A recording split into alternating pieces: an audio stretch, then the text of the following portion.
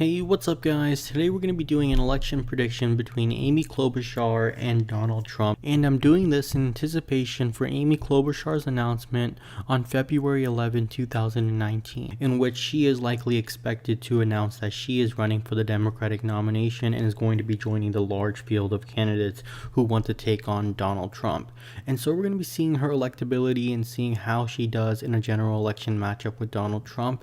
Now, it's interesting because she doesn't have any polls with the general election matchup, but as of right now in the Democratic primary, before she has even announced, she's only polling around 2 to 5%.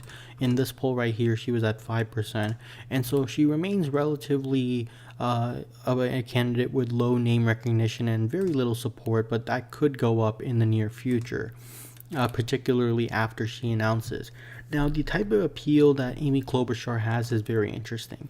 Her appeal is really, as you can see according to 538, is with party loyalists and to some degree millennials.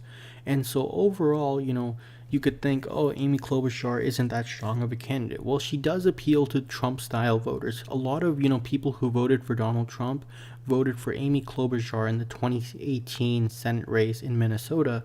And so what that tells us is Amy Klobuchar has, cross-party appeal, and she wins especially a lot of working class and white working class non-educated Democrats, so high school degree Democrats. And so by winning this appeal, Amy Klobuchar is taking away votes from Donald Trump. One thing to notice is Amy Klobuchar does very weak with black voters and Hispanic and Asian voters, and to make up for the lack of those voters, she needs to win some Trump voters, and she has the unique ability to do that. She also wins party loyalists by 100%, so superdelegates would definitely support someone like Amy Klobuchar. Superdelegates would probably also support people like Kamala Harris and Joe Biden as well, but certainly she has a unique appeal to more white people in the Democratic Party particularly. And so let's go ahead and start filling this map in. And we're going to start with the safe Democratic states here. And we're going to go ahead and fill these in for Amy Klobuchar. These states are going to remain in the Democratic column, New Mexico and Hawaii as well. Also, we're going to go ahead and fill in the safe Republican states. So these states are going to be safe for Donald Trump regardless of what happens. Texas is going to be called outright for Donald Trump because Texas is probably not going to flip for someone like Amy Klobuchar. It just really doesn't make sense, and I don't see it at all. And so that would put Amy Klobuchar at 187 to Donald Trump's 154. Amy Klobuchar comes from the state of Minnesota.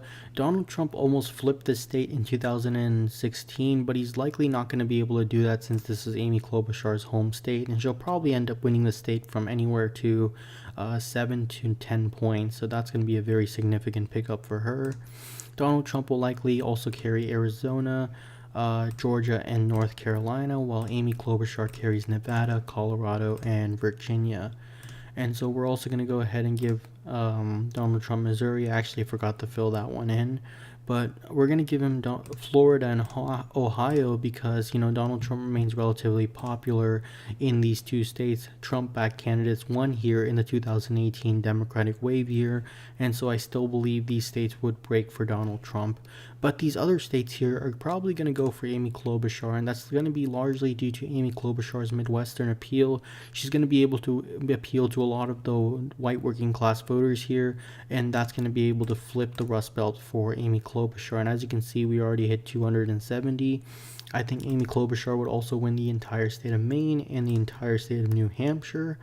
And regarding the state of Iowa, that'd be an interesting case. I'm going to go ahead and just give that to Donald Trump for now. And so the election goes to 279 to Donald Trump's 259, and Amy Klobuchar becomes the next president of the United States of America. Let me know what you guys think in the comments down below. Leave a like, comment, and subscribe, and I'll see you guys next time. Bye.